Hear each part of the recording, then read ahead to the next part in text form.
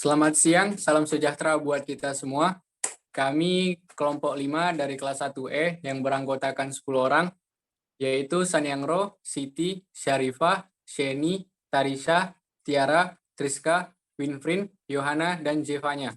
Di sini kami akan mempresentasikan tentang jaringan dasar dalam tubuh manusia. Lanjut. Yang pertama jaringan epitel. Jenis-jenis epitel. Yang pertama silindris bersilia. Inti sel tidak sejajar sehingga seolah-olah tampak berlapis. Terdapat silia yang berfungsi untuk menggerakkan partikel yang berada di atasnya. Fungsinya untuk proteksi. Yang kedua pipis lapis. Bentuknya pipi, inti sel berada di tengah, sitoplasma jaringannya sangat jernih, sel-selnya tersusun sangat rapat. Fungsinya untuk difusi dan filtrasi. Lanjut.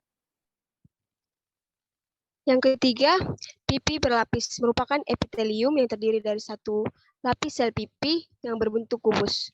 Yang keempat, kubus selapis merupakan epitelium yang tersusun dari selapis sel berbentuk kubus. Jika gambar dibagi dua, maka dapat terlihat. Lanjut. Baik, di gambar nomor 5 yaitu epitel tradisional. Di dalam epitel tradisional ini terdapat surface epithelium, basal epithelium, basement membran, dan lamina propria.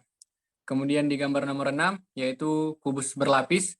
Di dalam kubus berlapis ini terdapat membran basal dan nukleus. Lanjut. Kemudian nomor 7 jaringan epitel. Jaringan epitel selapis ini berbentuk silindris. Di antara sel-sel epitelium silindris selapis ini biasanya terdapat sel goblet, yaitu sel berbentuk piala yang fungsinya menghasilkan lendir. Kemudian nomor 8 jaringan epitel berlapis. Jaringan epitel berlapis ini tersusun dari sel pipi dan berlapis-lapis.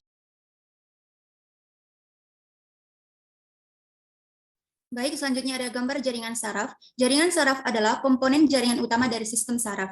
Yang pertama ada nukleus, berbentuk bulat warna hijau. Nukleus yaitu inti sel saraf yang berfungsi sebagai pengatur kegiatan sel saraf atau neuron. Kemudian ada dendrit, cabang-cabang yang berperan penerima impuls. Selanjutnya ada badan sel berwarna ungu yang memiliki inti sel. Kemudian ada neurit atau akson, berbentuk seperti rantai yang di dalamnya terdapat sel sahwan. Selanjutnya ada nadus Ranvier, berbentuk seperti cincin yang menghubungkan akson dengan sel akson lainnya. Kemudian ada selubung mielin. Selubung mielin merupakan bagian sel yang membungkus akson. Selanjutnya ada terminal akson, tempat bertemunya sel saraf dengan sel saraf lainnya. Kemudian yang terakhir ada sinaps. Sinaps adalah titik temu antara terminal akson satu neuron dengan neuron yang lainnya. Lanjut. Baik, kita akan memasuki jenis-jenis jaringan otot. Yang pertama ada otot lurik. Otot lurik ini memiliki morfologi memanjang dan silindris. Otot lurik memiliki banyak inti sel yang terletak di tepi sel, dengan fungsi mengontrol bagaimana dan kapan tubuh bergerak dan bekerja. Kemudian ada otot jantung, berbentuk silindris yang bersabang-sabang. Otot jantung memiliki banyak inti sel yang terletak di tengah sel, dengan fungsi membantu jantung memompa darah ke seluruh tubuh. Lanjut. Baik, selanjutnya itu otot polos. Dapat kita lihat pada gambar, otot polos berbentuk gelendong yaitu menggembung dengan ujung yang meruncing. Selanjutnya, otot polos ini memiliki satu inti sel yang terletak di tengah sel. Lanjut. Selanjutnya ada jaringan ikat longgar yang di dalamnya terdapat sel, kolagen fiber, dan outer fibers. Tersusun atas serat-serat yang longgar, matriks yang berupa cairan lendir, dan terdapat di sekitar pembuluh darah. Selanjutnya ada jaringan ikat padat, mempunyai matriks yang banyak mengandung serabut kolagen. Jaringan ini membentuk tendon sebagai tempat pelekatan otot dengan tulang. Lanjut. Kemudian ada jaringan tulang rawan. Jaringan tulang rawan ini dapat kita temukan di bagian tubuh hidung, daun telinga, dan tulang belakang yang dapat berfungsi untuk mengurangi adanya gesekan antar tulang dan sebagai penghubung bagian tubuh manusia. Kemudian ada jaringan tulang. Jaringan tulang ini banyak mengandung kalsium dan garam fosfor yang memiliki fungsi untuk melindungi organ dalam dan mendukung postur tubuh serta untuk menyusun sistem rangka. Selanjutnya. Kemudian jaringan lemak.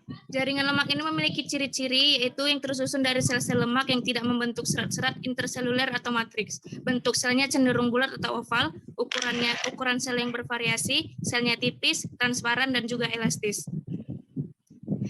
Sel lemak ini terdiri dari 3 sel yaitu sel lemak, sel nukleus, dan sel membran.